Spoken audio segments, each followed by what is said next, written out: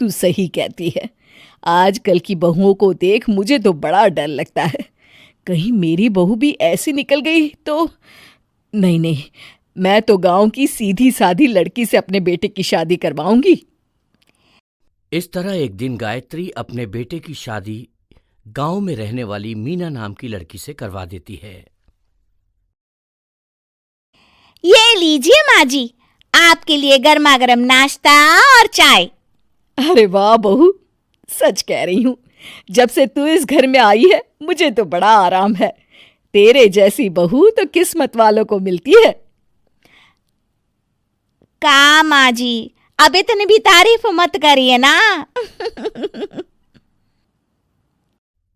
धीरे धीरे मीना गायत्री की चहेती बन जाती है और मीना भी गायत्री को कभी शिकायत का मौका नहीं देती थी।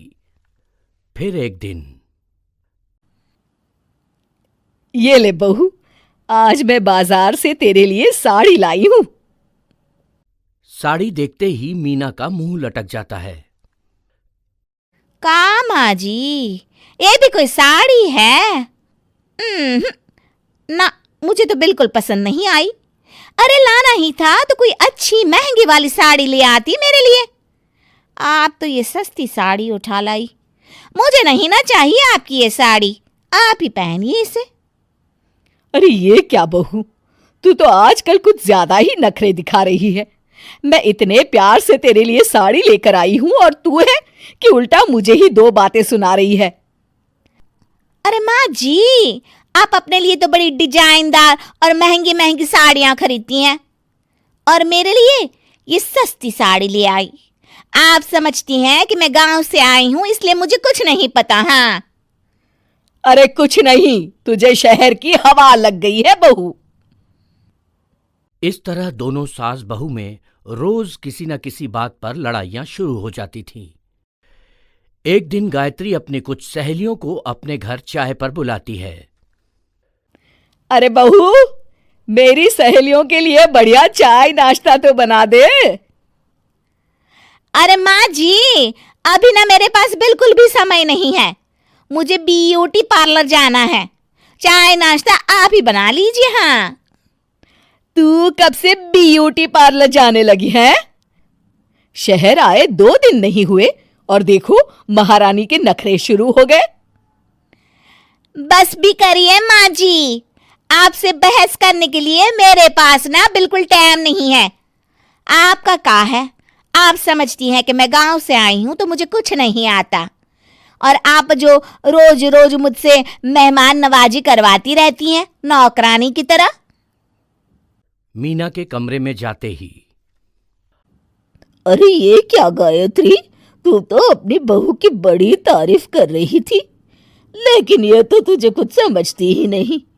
भाई मुझे तो लग रहा था कि तेरी बहू गांव की है तो सीधी सादी होगी, लेकिन इसने तो शहरी बहुओं को भी मात कर दिया। हाँ। अपनी सहेलियों के सामने अपनी बेइज्जती होते देख गायत्री आग बबूला हो जाती है। अरे क्या शहर और क्या गांव, मेरी तो किस्मत ही फूटी थी जो मैं इसे बहू बना के ले आई। भगवान जाने आगे और क्या क्या करेगी। अब तो मुझे कुछ ठीक नहीं लगता। तू जरा संभल के रहना, कहीं मालती की तरह तेरा भी हाल बेहाल ना हो जाए। अच्छा, अब हम चलते हैं। अपनी सहेली की बातें सुनकर गायत्री थोड़ी घबरा जाती है। अरे ये सुशीला क्या बोलकर चली गई, कहीं इसकी बात सच ना निकल जाए। दूसरी तरफ मीना सारी बातें सुन लेती है। अगले दिन से गायत्री अपनी बहू से कोई काम करवाने से पहले 10 बार सोचती थी। ज्यादातर काम वो खुद ही कर लेती थी।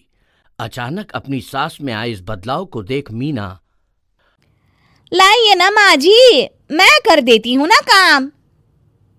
एक बात पूछूं माँ जी, आजकल ना आप बड़ी चुप चुप सी रहती हैं और अब मुझसे झगड़ना तो दूर, मुझसे खुल के बात तक नहीं करती आप।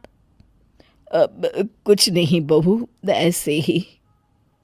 मीना अपनी सास की मंशा भांप जाती है और मुस्कुराते हुए कहती है, अरे माँ जी, चिंता मत करिए, मैं आपको घर से नहीं ना निकालने वाली।